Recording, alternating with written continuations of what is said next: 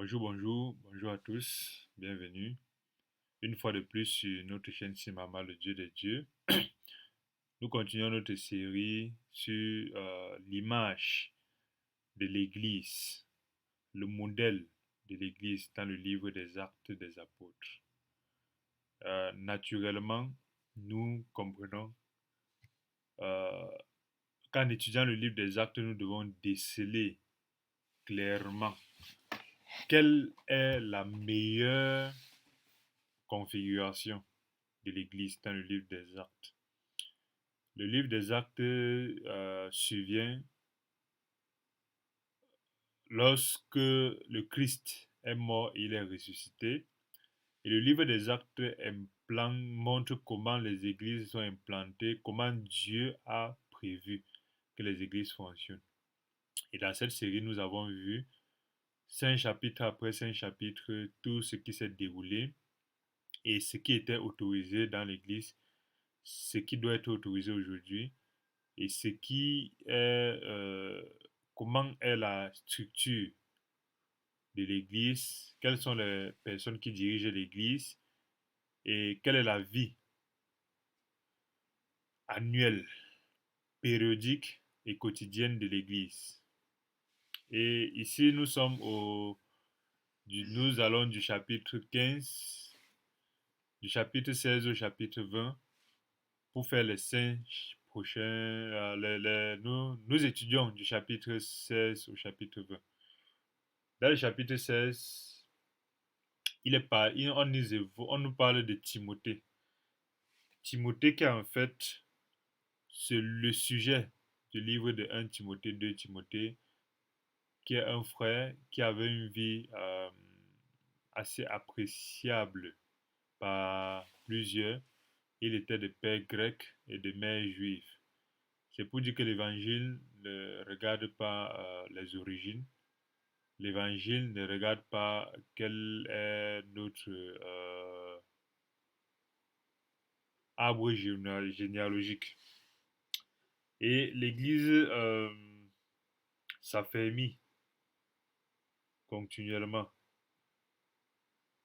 L'Église s'affermit continuellement parce que lorsque Paul euh, part de la Macédoine à Philippe, il rencontre les frères et sœurs. Et le verset 5 dit, les églises se fortifiaient dans la foi et augmentaient en nombre et en jour. Ayant été empêchés par le Saint-Esprit d'annoncer la parole dans l'Asie, ils traversaient la Phrygie et le pays de Galatie. Arrivé près de la Mysie, ils se disposaient à entrer en Bithynie, mais l'Esprit de Jésus ne leur permit pas. Ça veut dire que c'est possible, pour des raisons particulières, que l'évangile ne soit pas prêché dans certains endroits.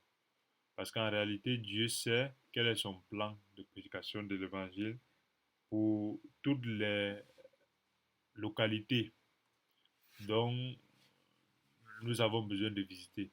Généralement, nous avons cette tendance-là à prêcher l'évangile sans beaucoup être inspirés par le Saint-Esprit. Nous sommes inspirés par nos plans. Mais c'est aussi important souvent de vérifier d'abord si c'est le plan de Dieu que nous prêchions là-bas.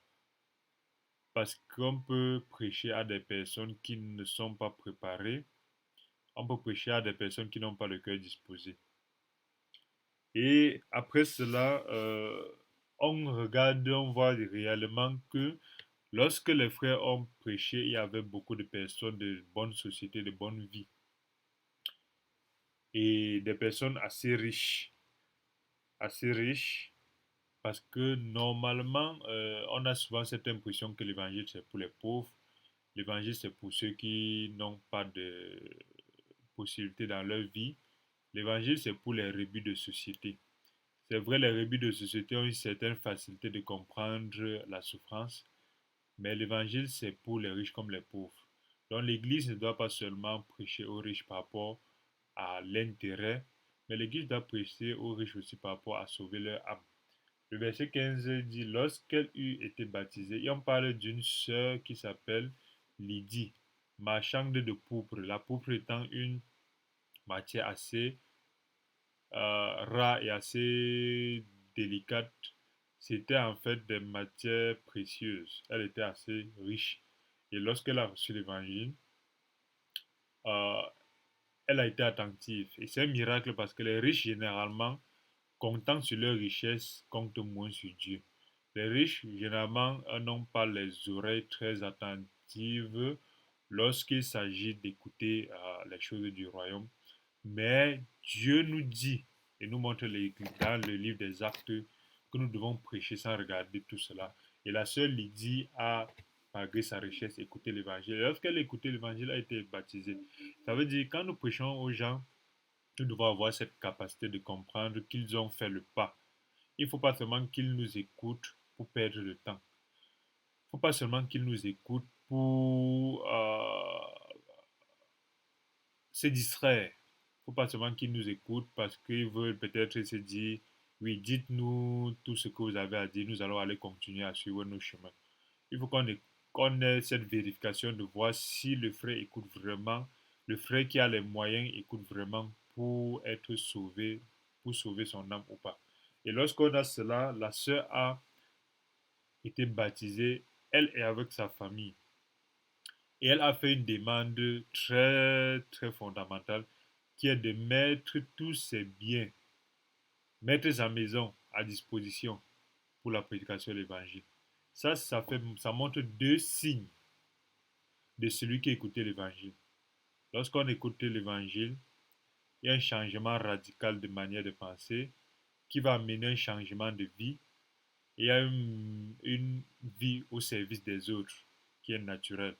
Lorsqu'on voit ce que Christ a fait pour nous, on se met naturellement au service des autres. Donc c'est important pour nous aussi d'utiliser ça comme des métriques dans l'Église pour vérifier, pour avoir des feedbacks lorsque nous prêchons l'Évangile. Vérifier le comportement de l'autre, la réaction de l'autre par rapport à ce qui est entré et comment est-ce qu'il réagit par rapport à ce qui est entré. Et c'est ce que les frères ont fait. Et on ne doit pas normalement écouter aussi les choses qui ressemblent aux choses de Dieu sans être les choses de Dieu. Parce que dans le chapitre 16 aussi, il y a des frères qui ont écouté l'évangile, mais qui, lorsqu'ils allaient, il y a des personnes qui ont essayé en fait de définir Paul et les frères avec des mots très amélioratifs, mais en fait l'origine n'était pas de Dieu et nous devons en prêchant l'évangile aussi nous méfier de quelle est l'origine des gens avec qui nous fonctionnons, quelle est l'origine de ce que nous recevons. Parce qu'on parlait de cette femme aussi qui a utilisé des mots assez élogieux pour définir, pour décrire Paul et les frères. Mais en réalité, l'origine de cette femme-là, ce n'était pas... Elle avait d'autres esprits. Donc, ce n'est pas parce que nous sommes dans l'église et que nous recevons des cadeaux de n'importe qui que nous ne devons pas regarder l'origine. Nous devons pas, nous regardons les éloges de n'importe qui que nous ne devons pas regarder l'origine. Parce que le verset 16 dit, comme nous allions au lieu de prier, une servante qui avait un esprit de python et qui, devinant, procurait un grand profit à ses maîtres, vint auprès de nous. Et elle se mit à nous suivre épaule et cria, ces hommes sont des serviteurs de Dieu très haut et ils annoncent la voie du salut. Lorsqu'on ne suit que cette partie, on se dit, elle aussi est prêche l'évangile parce qu'elle reconnaît les serviteurs de Dieu très haut, elle reconnaît la tâche de ces serviteurs-là qui est d'annoncer l'évangile. Et à ce moment, on peut se dire, Jésus a dit, personne ne peut parler de moi s'il ne vient pas de Dieu, personne ne peut rassembler avec moi, si quelqu'un rassemble à moi, laissez-le. Alors automatiquement, on peut se baser sur ça pour avoir des fausses conclusions, mais l'origine n'étant pas de Dieu. C'est très important dans l'Église de ne pas confondre quelle est l'origine de certaines choses.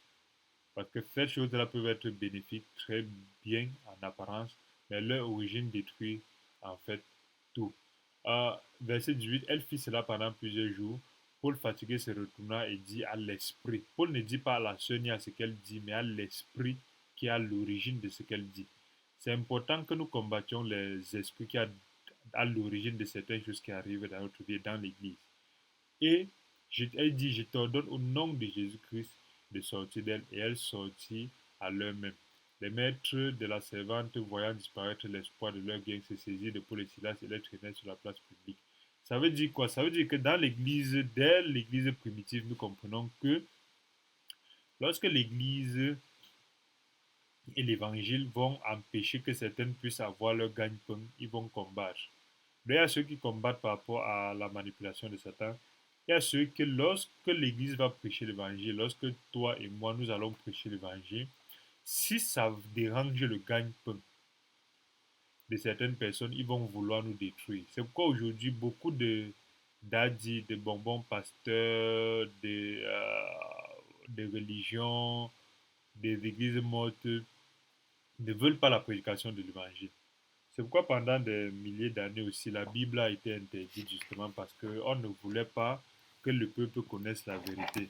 Parce que Dieu dit, tu connaîtras la vérité et la vérité te rendra libre. Donc, lorsqu'on garde les gens dans l'ignorance, on est capable de mieux les manipuler. Mais la prédication de l'évangile ouvre les yeux. Et lorsqu'on ouvre les yeux, on détruit le gagne-pain de certaines personnes. Et avec cela vient la persécution. Et cette persécution ne va pas empêcher en réalité que la vérité soit magnifiée et que les miracles de Dieu soient magnifiés. Parce que lorsque les frères ont délivré cette sœur de cet esprit de Python dans Acte 16, naturellement, les maîtres de cette sœur qui bénéficiaient d'elle ont trouvé donc des subterfuges pour mentir sur l'évangile et les frères ont été enfermés. Et lorsqu'ils ont été enfermés dans la prison, ils nous ont montré un cœur, le cœur du prisonnier. Le cœur du prisonnier n'est pas l'abattement, crier à Dieu, pleurer à Dieu, Dieu m'a abandonné, Dieu m'a laissé, Dieu, pourquoi je te sers et je souffre. Mais dans la prison, les frères nous ont montré le cœur de l'Église. C'est de chanter, de louer Dieu parce que la situation n'est pas un problème. Et ça aussi, c'est quelque chose de très difficile dans l'église locale, c'est très difficile dans l'église qui vit selon le modèle, parce que face aux situations, naturellement, la chair ne réagit pas comme l'esprit et nous sommes abattus. Et les frères nous ont montré l'exemple ici parce qu'ils chantaient, ils louaient Dieu. Et lorsqu'ils chantaient, ils louaient Dieu, naturellement, ils appellent la puissance de Dieu. Lorsqu'on se morfond, on pleure, on appelle plutôt la pitié de Dieu. Et Dieu n'est pas un Dieu qui fait pitié n'importe comment. Dieu est un Dieu qui nous a tout donné. Il veut qu'on utilise la puissance qu'il nous a donnée pour surmonter les difficultés. Et ça, c'est très difficile à faire. Très, très difficile à faire. Parce que la chair nous tire vers le naturel. Et c'est ça qui nous permet de voir que les frères étant en joie, l'ange naturellement est venu les délivrer. Et automatiquement, même dans la prison, ils ont prêché l'évangile aux gardes. Et la famille de ces gardes-là, naturellement aussi, a reçu l'évangile. Et même dans la situation d'accusation fausse, les frères ont prêché l'évangile. Le garde et sa famille, ils ont reçu l'évangile, ils ont été baptisés. Donc, nous ne devons jamais nous arrêter parce que Satan veut qu'on voie le fait que nous sommes en prison et il limite la prédication, il limite l'œuvre de Dieu, il limite le miracle. Naturellement, nous, lorsqu'on nous met en prison, nous sommes abattus et nous nous arrêtons dorénavant et l'œuvre de Dieu aussi s'arrête parce que Dieu a besoin de nous pour travailler dans son Église. Il a besoin de notre cœur disposé et non de notre cœur abattu et d'un cœur de pitié. Donc, quand on regarde comment tes frères ont été guéris, ont été délivrés miraculeusement. Le frère qui gardait, il est venu. Nous savons dans le système romain que lorsqu'un garde perd un prisonnier, on lui donne la sentence que devait avoir le prisonnier. Ça veut dire, si un garde laisse un prisonnier échapper, si ce prisonnier devait mourir, le garde va mourir. Le verset 131 dit, Paul et Silas. Le verset 29 dit, alors le geôlier ayant demandé de la lumière entra précipitamment et se jetant tout tremblant aux pieds de Paul et Silas. Et il a demandé quelque chose de très étonnant. Il dit, il est fait sortir et dit, Seigneur, que faut-il que je fasse pour être sauvé? Ça, c'est une question fondamentale. C'est une question que nous devons percevoir dans l'Église aussi.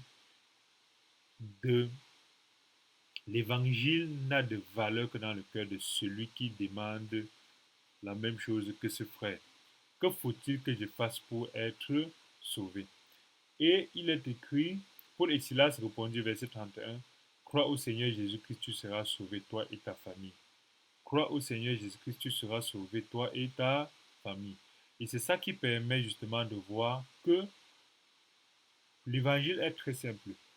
C'est de croire au Seigneur Jésus-Christ. Ce n'est pas de croire à Paul et Silas, ce n'est pas de croire à une église, ce n'est pas de croire à la puissance d'un daddy, ce n'est pas de croire à la puissance de telle personne, ce n'est pas de croire à autre chose qu'à Jésus-Christ. Et ce frère, lorsqu'il a accepté cela, il est pris avec le verset 33. À cette heure même, il lava leurs plaies et aussitôt il fut baptisé et tous les siens. Les ayant conduits dans son logement, il les servit à manger et il se réjouit avec toute sa famille de ce qu'il avait cru. Et c'est comme ça qu'ils ont implanté ce qu'on appelle une assemblée dans la maison de ses frères, exactement comme ils ont planté une assemblée dans la maison de sœur Lydie. Nous voyons comment l'Église fonctionne. L'Église fonctionne en prêchant l'Évangile et en implantant des assemblées locales qui vont vivre selon l'image de Jésus-Christ. L'Église ne fonctionne pas en ayant une grosse maison où on va appeler les gens, où on va dire, si tu n'es pas dans cette maison, tu n'as pas l'évangile, tu n'as pas ainsi de suite, tu ne fais pas partie de l'Église. Non. L'Église, c'est l'assemblée des gens qui ont reçu le salut. La sœur Lydie a reçu le salut, elle est restée où elle a laissé sa maison. Elle n'a pas donné sa maison à Paul et Silas. Elle n'a pas donné sa maison au daddy, au bishop, comme nous voyons aujourd'hui où des gens ont dit, viens donner ta maison, donne tes biens, parce que tu as reçu l'évangile, parce que ce n'est rien par rapport à ce que Jésus t'a donné. Non, Jésus ne t'a pas sauvé pour avoir tes biens. Il n'a pas besoin de tes biens. Il a besoin de ton âme. C'est lui, l'exploiteur, qui va utiliser ta maison pour faire grandir son réseau ou ta voiture pour son réseau. Non, lorsque tu mets ta maison à disposition de l'église locale qui sont les frères et sœurs qui ne sont pas liés à la personne qui t'a prêché l'évangile. Ça veut dire que ce n'est pas lié à un système religieux. Donc, nous voyons ici comment l'église locale fonctionnelle. La sœur Lydia est un exemple, ce frère Jolie là, c'est un exemple. Et naturellement, nous voyons comment, lorsqu'on prêche l'évangile, il y a un changement de cap. Un changement de cap qui nous permet de ne plus nous comporter de la même manière. Les geôliers ne savent plus comporter de la même manière après. Et naturellement, Dieu n'ayant pas limité son évangile pendant que les frères étaient en train de louer, aussi nous voyons comment Dieu a mis la confusion dans le cœur des accusateurs et même dans le cœur de ceux qui leur ont mis en prison et ils ont été délivrés. Donc le miracle, c'est ça, l'évangile. L'évangile, c'est ne pas s'arrêter face à la situation parce que même dans la situation, Dieu te délivre, Dieu prêche l'évangile, Dieu fait que les geôliers obtiennent le salut, lui et sa famille. Dieu ne s'arrête pas parce qu'on t'a mis en prison. Le chapitre 17, naturellement, de Actes nous montre encore comment l'Église marchait. Dans l'évangélisation, Paul allait toujours vers les synagogues. Quand nous observons le chapitre 17, nous voyons comment dans l'évangile, Paul va toujours vers les synagogues. Pourquoi? Parce qu'en réalité, c'est un lieu de concentration de ceux qui cherchent Dieu et c'est un lieu naturellement où se trouvent les gens qui sont censés voir Dieu. Les Juifs étaient censés voir Jésus-Christ comme le Messie plus que les autres, mais ils ne l'ont pas vu. Mais quand nous prêchons aussi, Dieu nous montre d'aller naturellement vers ceux qui disent qu'ils sont les hommes de Dieu, vers les endroits où on dit qu'on adore Dieu, de prêcher l'évangile. S'ils n'acceptent pas, tant pis. S'ils acceptent, ça fait plutôt rapidement une assemblée qui va permettre de centraliser les gens qui sont déjà là en train de louer Dieu. Donc lorsque nous prêchons l'évangile, ne cherchons pas à refabriquer la roue à partir de zéro. Les gens sont déjà rassemblés quelque part, ils cherchent Dieu. Nous prêchons dans ces endroits-là. S'ils ne veulent pas, on frotte la poussière de nos pieds et on s'en va. Et Paul a toujours fait ça. Il y avait deux types de personnes. Il y avait ceux qui étaient contre parce que justement ils voient leur pain et leur gagne-pain être menacé. Parce que si quelqu'un a son église où il exploite déjà les gens, on verse la dîme, on verse les offrandes, il est là, il est adoré, il est la tête, il est le dirigeant central, ce qui n'est pas biblique. Si la DAS est que tu viens prêcher l'évangile où tout le monde est serviteur de Dieu, où tout le monde est sacrificateur du Dieu très haut, comme le dit Acte 5, verset 10, où tout le monde a un don de ministère où tout le monde est utilisé par Saint-Esprit naturellement, où il n'est plus le maître, vous voyez qu'il va naturellement voir ça comme une attaque personnelle. Il y a ceux qui vont, s'ils servent vraiment Jésus-Christ, vont se repentir et suivre. Il y a ceux qui vont dire, ça va faire partie de mon gagne-pain. Donc le verset 17 nous montre comment Paul cheminait. Et dans les synagogues, ayant deux types de frères qui soit servent naturellement Dieu, soit servent leur pain quotidien, les brebis qui vont tondre pour utiliser comme pour exploiter pour leur bien personnel. À Béré aussi, donc, on a donc les frères qui, là-bas, utilisaient justement l'évangile et analysaient les Écritures pour comprendre. Nous aussi, dans l'Église, nous devons être comme les frères de Béré.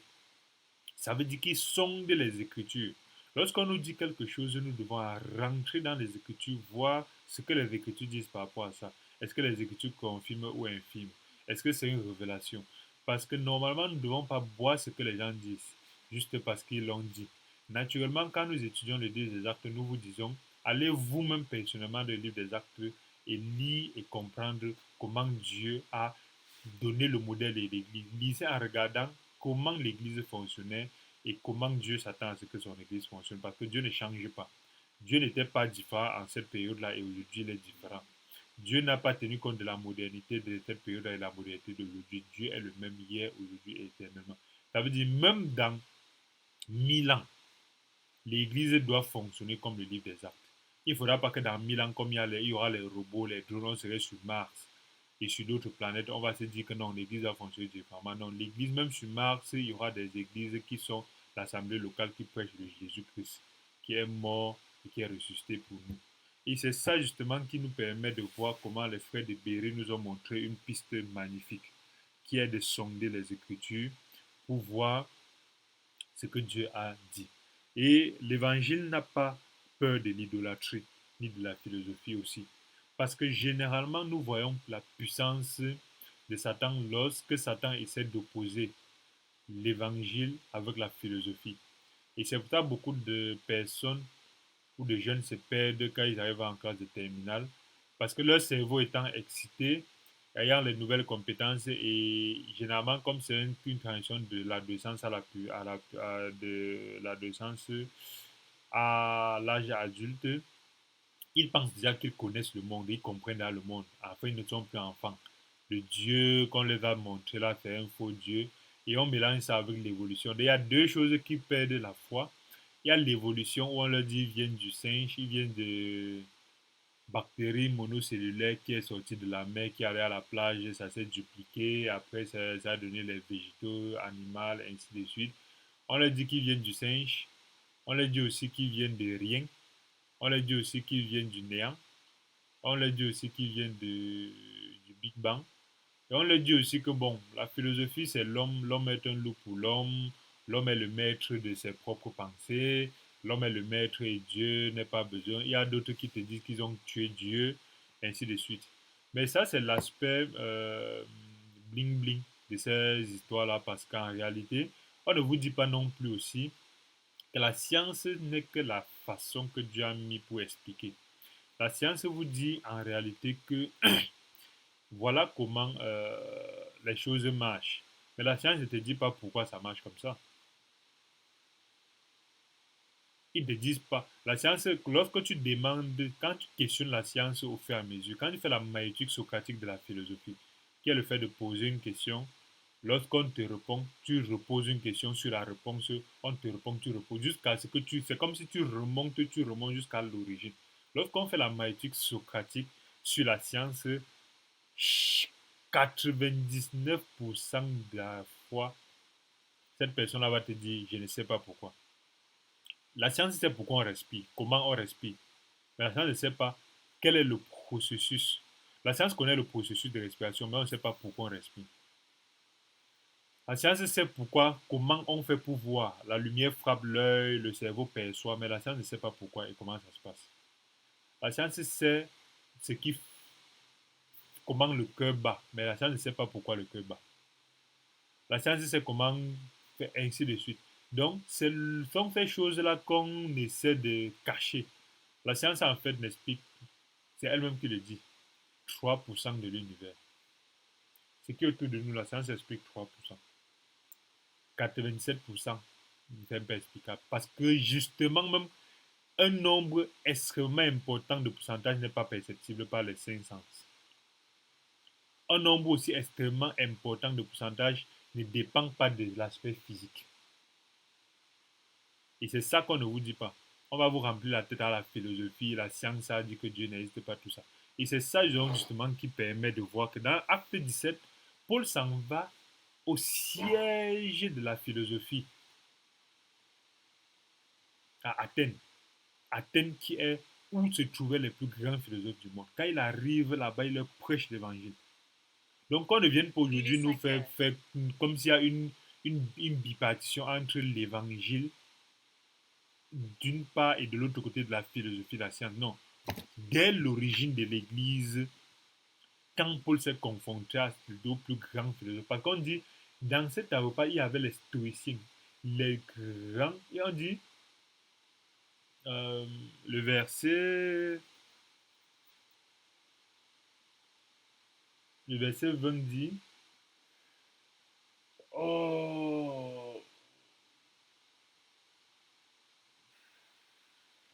verset 18, quelques philosophes épicuriens, les gens qui adorent les plaisirs de la chair, épicuriens, les stoïciens, les gens qui disent la science, les choses qui doivent arriver arrivent, les stoïciens, s'est mis à parler. Vous, aujourd'hui, vous n'êtes même pas épicurien ni stoïcien, mais vous parlez, vous mettez la bouche sur Dieu, sur l'évangile. Alors que vous n'êtes même pas au niveau de ces philosophes-ci.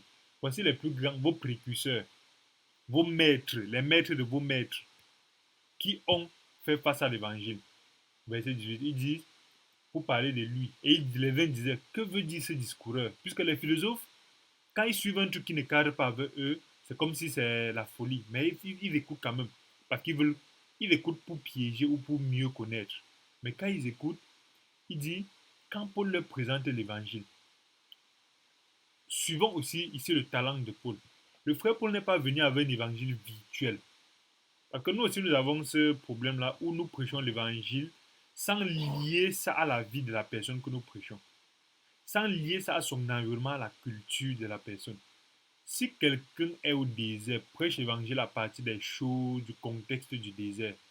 Si quelqu'un aime la science, prêche l'évangile à partir de la science. Parce que justement, la science étant limitée, c'est dans la frontière de la science que commence l'explication du travail de Jésus-Christ. Justement, il ne s'agit pas de prêcher l'évangile à partir des choses virtuelles. C'est pour ça que Paul utilise justement, quand il prend au verset 21, tout, euh,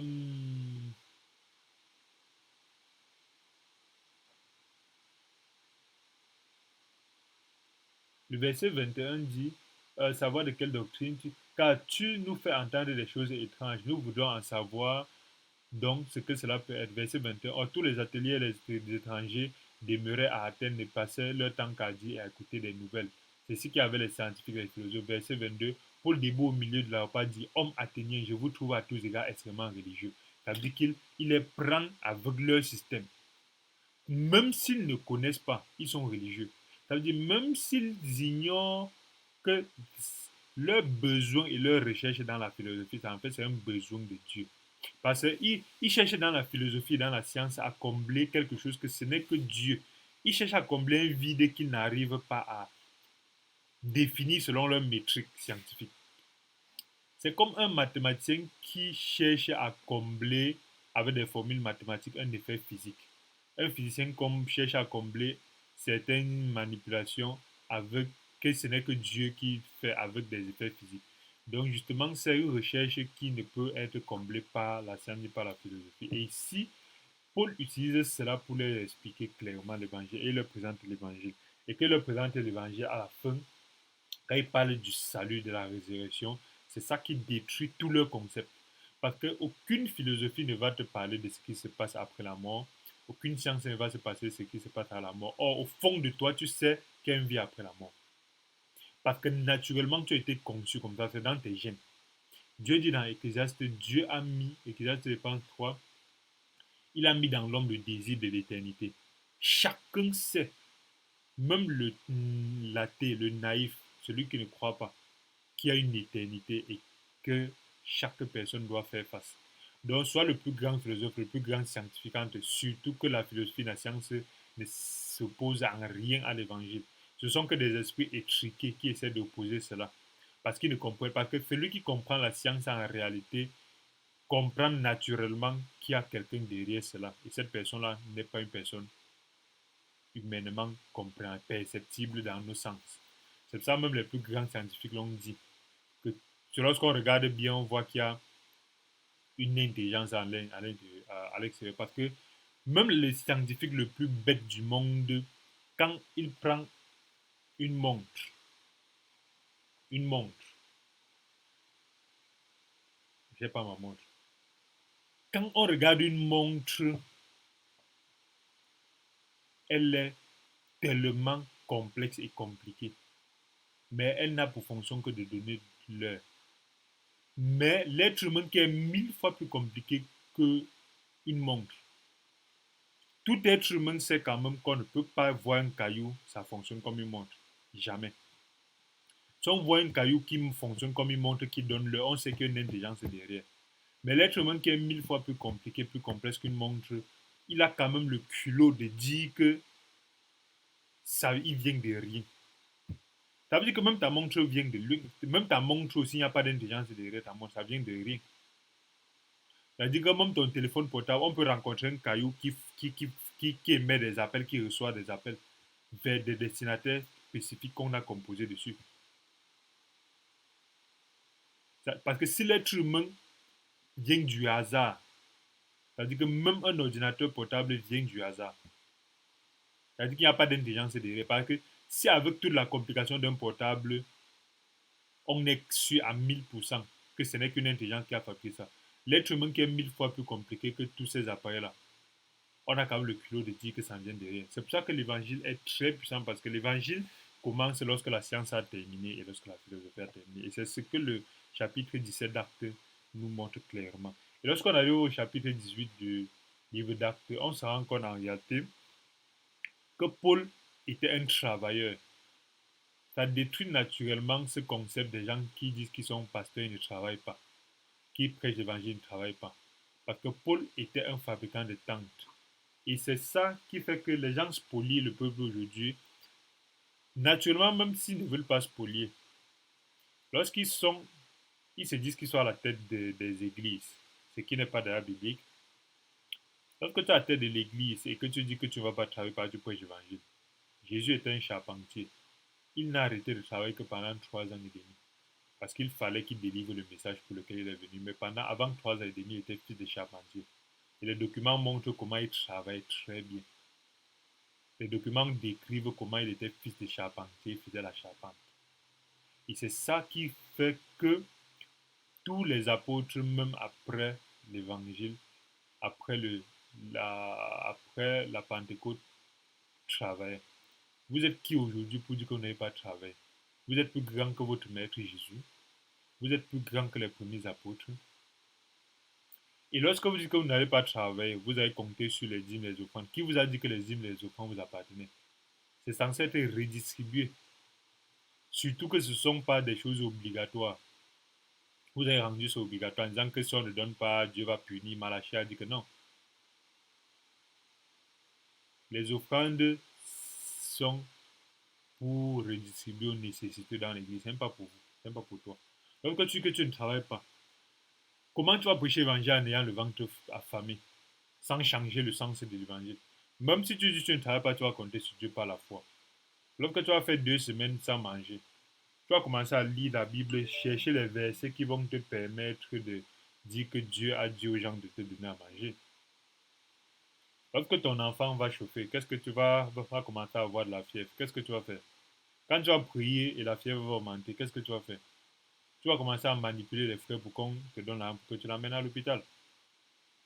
Pourtant, si tu travailles comme Jésus, comme Paul qui est fabricant de tentes, et comme beaucoup d'autres personnes, parce que Paul aussi va nous dire vers la fin de sa vie, j'ai travaillé par mes propres mains, je n'ai été à la charge d'aucun de vous. personne de vous ne me demande quoi que ce soit que laisse pour lui. Donc, l'évangile, c'est ça, travail. Et dans l'évangile aussi, nous devons éviter de cheminer avec des gens qui adorent Dieu dans le sens de leurs intérêts. Parce que c'est ce que nous voyons aussi dans le chapitre 18. L'évangile, ce n'est pas adorer Dieu dans la loi. Parce que nous, quand nous regardons le verset 13-10, il y a toujours des gens qui disent qu'ils sont des juifs et qu'ils parlent du côté de Dieu, mais ils disent quand même au verset 13 en disant cet homme excite les gens à servir Dieu de manière contraire à la loi. En réalité, l'évangile ne permet pas de servir Dieu de façon, de la même façon que la loi. L'évangile est l'accomplissement de la loi. Ça veut dire la loi, Jésus est venu mettre fin à la loi. Pas pour l'abolir, mais mettre fin. Pour qu'une nouvelle loi entre. Ça veut dire il est venu rendre obsolète l'ancienne loi. Mais la rendre obsolète ne veut pas dire qu'elle est effacée. Rendre votre antivirus sur votre PC. Lorsqu'il est obsolète ne veut pas dire qu'il est effacé de votre ordinateur. Obsolète veut dire juste que son utilité est dépassée. Il y a une utilité plus grande que celle qu'elle avait. Lorsque votre téléphone est obsolète, ne veut pas dire qu'il est perdu, il est détruit, il ne peut plus servir. C'est juste pour dire que l'utilité que ce téléphone avait est dépassée. Il y a un autre téléphone qui a une utilité plus adéquate. C'est ça. La loi n'est pas interdite, mais la loi est obsolète. Mais il y a beaucoup de personnes qui aiment rester avec leurs vieux téléphones, leurs anciens systèmes. Et ils veulent imposer ça aux gens. C'est pour ça que vous voyez les parents qui, parce qu'ils ne comprennent pas comment fonctionnent les téléphones Android, iOS, ils veulent imposer les anciens téléphones aux gens. Parce qu'ils veulent imposer ce qu'ils connaissent. Vous voyez les ingénieurs qui, puisqu'ils ne connaissent pas les nouveaux systèmes, les nouveaux calculs, les nouvelles métriques, ils imposent aux gens les anciennes manières de faire. Parce qu'ils savent que s'ils entrent dans la nouvelle manière de faire, ils doivent réapprendre et abandonner l'ancienne manière de faire. Les gens qui imposent la loi, c'est parce qu'en réalité, ils ne veulent pas recevoir l'évangile. C'est parce qu'ils veulent se cacher derrière la loi. Parce qu'ils utilisent la loi pour. Parce qu'ils savent qu'eux-mêmes ne peuvent pas faire la loi, mais ils utilisent la loi pour manipuler les gens. Les gens qui imposent la loi, comme nous voyons dans le verset 13, c'est justement ces gens-là qui, en réalité, sont incapables de cheminer selon l'ordre donné par Jésus-Christ. Mais ils veulent cheminer selon l'ordre de Moïse, parce qu'avec ça, ils sont les bons juges. Ils sont des bons juges. Donc, le verset 18. Paul, en fait, a fait 1 an et 6 mois à Corinthe. Il a fait 1 an et 6 mois en Corinthe. Et il y a quelque chose de magnifique qui s'est passé. Il y a eu des frères aussi naturellement qui maîtrisaient l'évangile.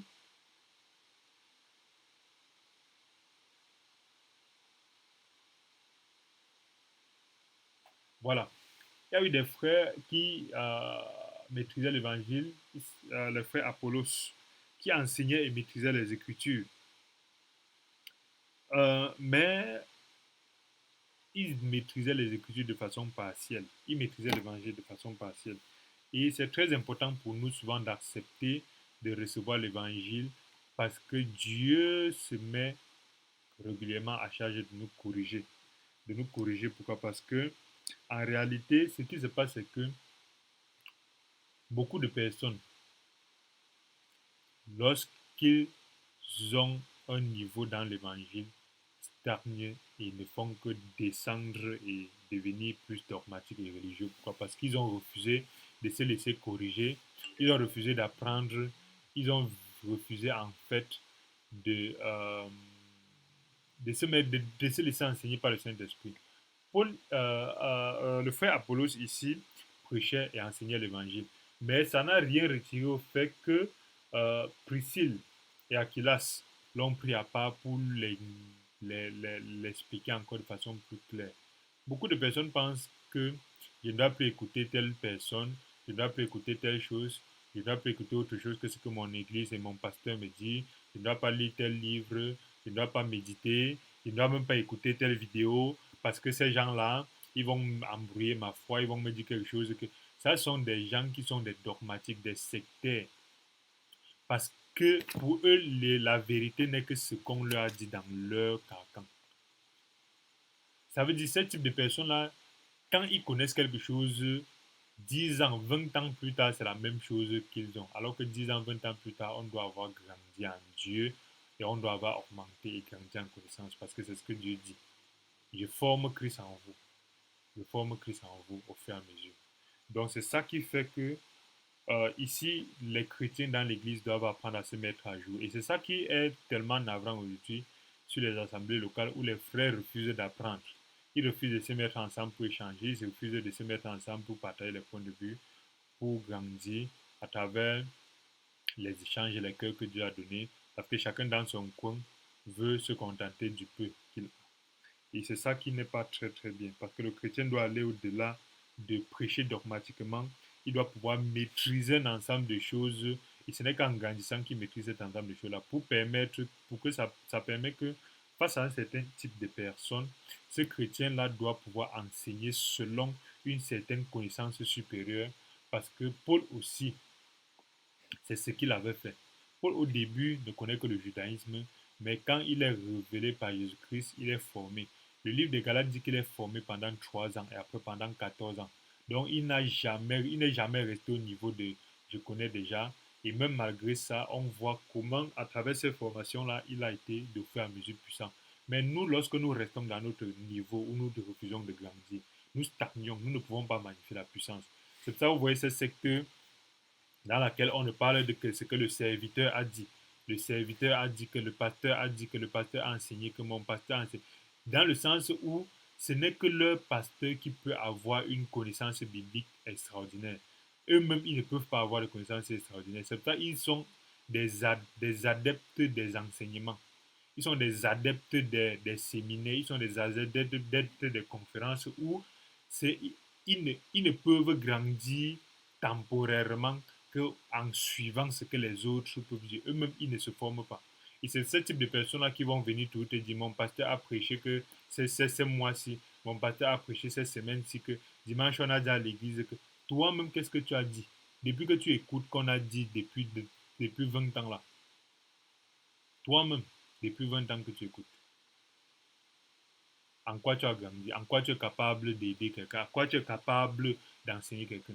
Est-ce que tu es capable face à une synagogue de répondre aux questions sans dire que dans mon église on enseigne que, sans dire que j'attends que je m'en vais voir mon pasteur.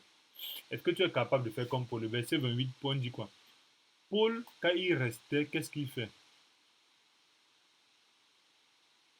Il refutait vivement les juifs en public, démontrant par les Écritures que Jésus est le Christ. Est-ce que tu es capable aujourd'hui, après tout ce temps que tu as passé avec Dieu, de démontrer, pas de dire que non, il faut qu'on accepte seulement parce que tu as dit, de démontrer que Jésus est le Christ? Parce qu'il démontrait comme ça aux Juifs qui connaissent déjà le Christ, qui savent qu'il y a un autre Christ, mais ils démontrent que Jésus est le Christ. Parce que les Juifs attendent un autre Christ, mais Paul démontre cela. On ne démontre pas cela avec ce qu'on nous a dit, on démontre ça avec notre propre connaissance qui nous a permis de grandir. Donc nous passons donc au chapitre 19 qui en réalité nous parle encore une fois de plus du fait qu'on doit prêcher l'évangile et doit recevoir le baptême. Parce que quand Paul arrive, Apollos, qu'on a vu dans le chapitre 18, qui prêchait l'évangile et qui a reçu la mise à jour de Priscille et Aquilas, il était à Corinthe. Et lorsque Paul est arrivé, il a demandé aux frères, avez-vous reçu le Saint-Esprit? Ils ont dit que non, nous n'avons pas reçu le Saint-Esprit, on n'a même pas entendu parler.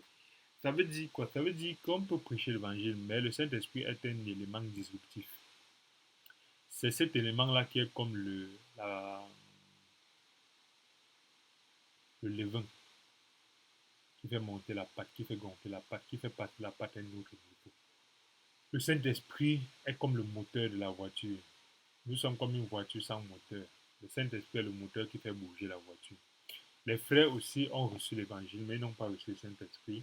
Et naturellement, ici, quand Paul leur a demandé s'ils ont reçu, Paul leur a prié pour eux, il les a imposé. On dit, verset 4, alors Jean a baptisé du baptême de repentance, disant au peuple de croire et celui qui venait auprès de lui, c'est-à-dire Jésus. Sur ces paroles, il fut baptisé au nom du Seigneur Jésus-Christ. Alors Paul leur imposait les mains, le Saint-Esprit vint sur eux, il parlait en langue et prophétisait. Ils étaient en tout environ 12 hommes. Vous voyez l'église locale de Corinthe. D'abord environ 12 hommes. Ça, c'est quelque chose qui est. Il ne faut pas être sorti encore. On a déjà parlé de. On a déjà fait des vidéos sur le parler en langue, sur prophétiser. Prophétiser, c'est même pas parler comme les marabouts. Tu vas aller en Europe, tu vas voir ceci. Parler en langue n'est pas charabara, rende, rengere. Non, non, non. Ce sont des manifestations du Saint-Esprit qui sont spécifiques et vérifiables dans la Bible. Donc, ça aussi, nous comprenons que le Saint-Esprit, si on n'a pas le Saint-Esprit, c'est mort. Comme les sectes du pasteur, du daddy, du serviteur, où on ne parle pas du Saint-Esprit. On parle du Saint-Esprit comme quelque chose qui est virtuel, qui est loin là-bas. On ne voit pas la relation avec toi. Le Saint-Esprit, on parle ça dans la Bible, dans les prières, pendant qu'on parle, mais on ne peut pas voir les manifestations du Saint-Esprit. On parle du Saint-Esprit comme une connaissance livresque. Or, le Saint-Esprit, c'est ce qui nous est donné après que nous ayons reçu l'Évangile. Et c'est très important parce que c'est lui qui nous guide. Si on n'a pas le Saint-Esprit, on aura de très grands problèmes. Le verset 10, cela durera 2 ans, de sorte que tous ceux qui habitaient en Asie, juifs, grecs, entendirent la parole. Le verset 9 dit, mais comme quelques-uns restaient endurcis et incrédules, décriant devant la multitude la voix du Seigneur, il se retira d'eux, sépara les disciples et enseignait chaque jour dans l'école d'un nommé Tyrannus. Paul, naturellement, est un frère dont le ministère est le ministère de docteur et d'enseignant. Et c'est ça qui fait que beaucoup de personnes ont créé les sectes en disant qu'une seule personne peut avoir les 5 ministères. Non, Paul n'avait pas les 5 ministères. Paul avait certes beaucoup de dons, comme le don de prophétie, le don d'enseigner. Il a fait peut-être le ministère pastoral sur certains endroits en attendant que les frères grandissent. Mais Paul était enseignant. C'est dit dans plusieurs parties du livre des Actes, Acte 19, ainsi de suite, dans d'autres versets. Nous avons vu, Paul était un enseignant et son rôle était d'enseigner. Même à Rome, à la fin de sa vie, son rôle était d'enseigner. Même lorsqu'il se formait, son rôle était d'enseigner. Et quand il partait dans les synagogues, il ne partait pas délivrer, il partait échanger avec les sacrificateurs, avec les juifs qui pratiquaient le judaïsme et il enseignait. Et c'est ça qui permet que nous devons définir, sous l'impulsion du Saint-Esprit, nous devons percevoir quel est notre don, quel est notre ministère. Et nous devons nous atteler à ce ministère-là et non de faire n'importe quoi ou non de vivre une vie vague dans l'église et non de vivre une vie où nous allons faire comme si c'est le bonbon pasteur qui doit nous dire ce que nous sommes. Le jour qu'on te dit tu es un bon serviteur, tu es content. Tu dis que non, je suis bien. Le jour qu'on te dit que tu es mauvais, tu es maudit. Tu dis, oh, le serviteur dit que je suis maudit, je ne suis rien. Et ce type de vie-là, on n'est pas l'outil de Jésus-Christ, on est l'outil d'une dénomination, on est l'outil manipulé par quelqu'un.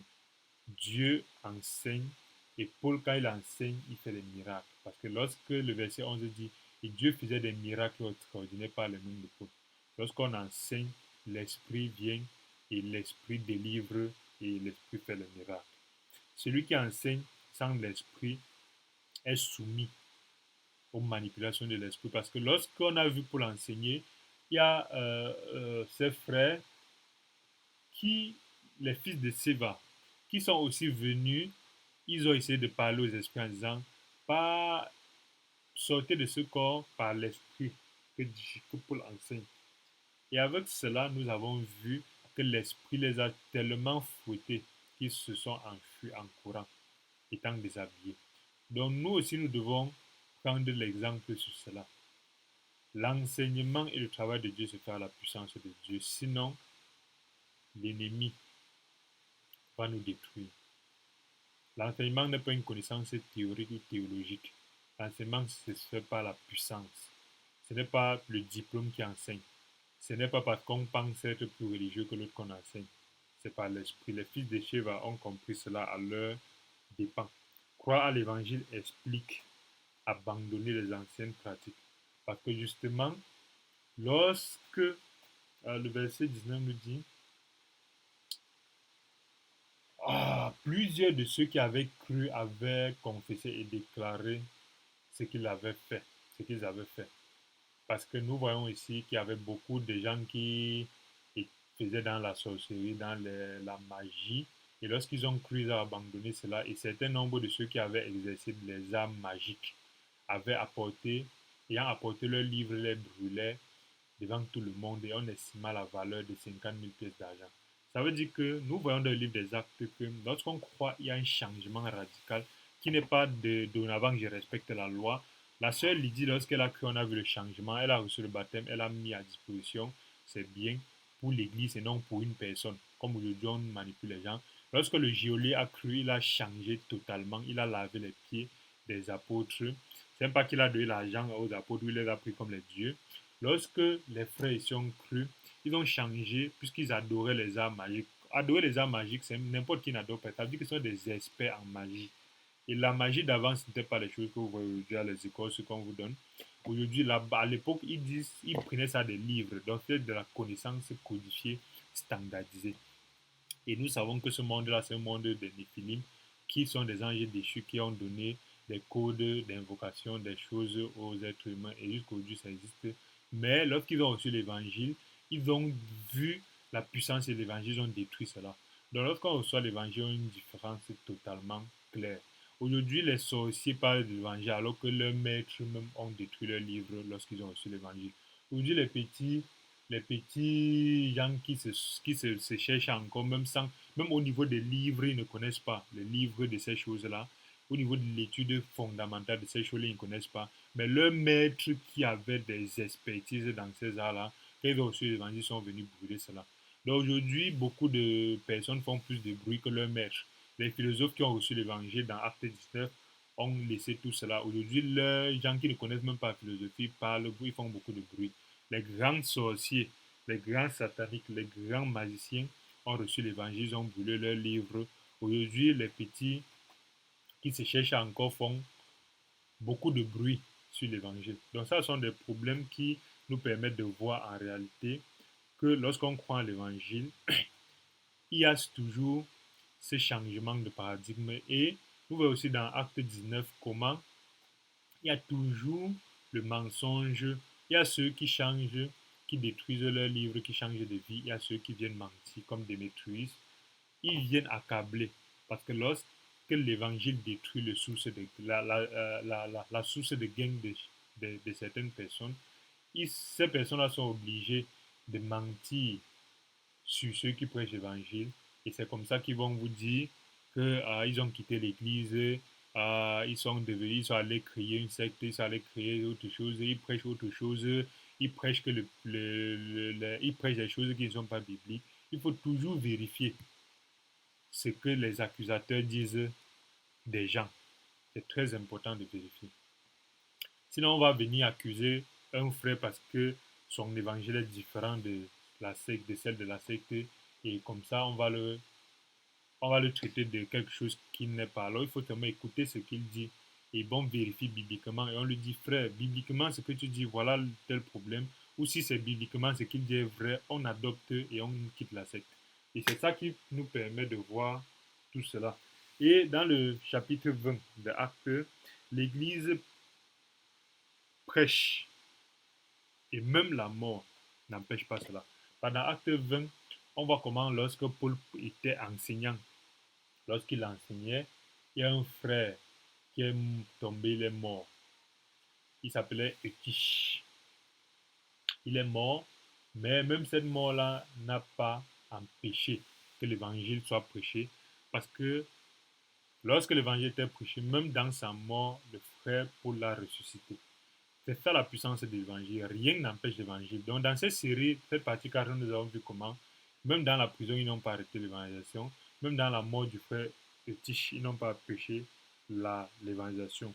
Et Paul aussi, nous voyons comment dans l'église locale, ou les églises où Paul a fondé, il n'était pas le maître de ces églises-là. Et nous voyons comment, dans le verset 17, lorsqu'il rentre, il sait qu'il s'en va être prisonnier. Paul, ce qu'il fait, c'est qu'il appelle les anciens. Et ce sont les anciens qui dirigent l'église. C'est un peu une personne. C'est même pas les cinq ministères qui dirigent l'église. Alors, le verset 17 dit, cependant, à Milet, Paul envoya chercher à Éphèse les anciens de l'église. Lorsqu'il fut arrivé vers lui, il leur dit, vous savez de quelle manière, depuis le premier jour où je suis entré en Asie, je me suis sans cesse conduit avec vous, servant le Seigneur avec toute humilité, avec l'âme et au milieu des épreuves que me suscitaient les embûches des Juifs. Vous savez que je n'ai rien caché de ce qui était utile et je n'ai pas de ce qui était utile. Toutes les connaissances de Paul n'ont pas été données parce que justement, il y a les connaissances aujourd'hui que on ne donne qu'à certaines personnes qui ont un certain niveau. Mais le plus important, c'est de se concentrer sur ce qui est utile. Et que je n'ai point craint de vous prêcher et de vous enseigner publiquement dans les maisons. Dans les maisons. Pas sur, dans un endroit. Annonçant aux Juifs et aux Grecs la repentance envers Dieu et la foi de notre Seigneur Jésus-Christ. Maintenant, voici, lié par l'Esprit, je vais à Jérusalem, sachant pas ce qui m'arriva, seulement de ville en ville, l'Esprit m'avertit que les liens et les tribulations m'attendent. Mais je ne fais pour moi aucun cas de ma vie, comme si elle m'était précieuse, pourvu que j'accomplisse ma course avec joie et le mystère que j'ai reçu du Seigneur Jésus, d'annoncer la bonne nouvelle de la grâce. Et maintenant, voici, je sais que vous ne verrez plus mon visage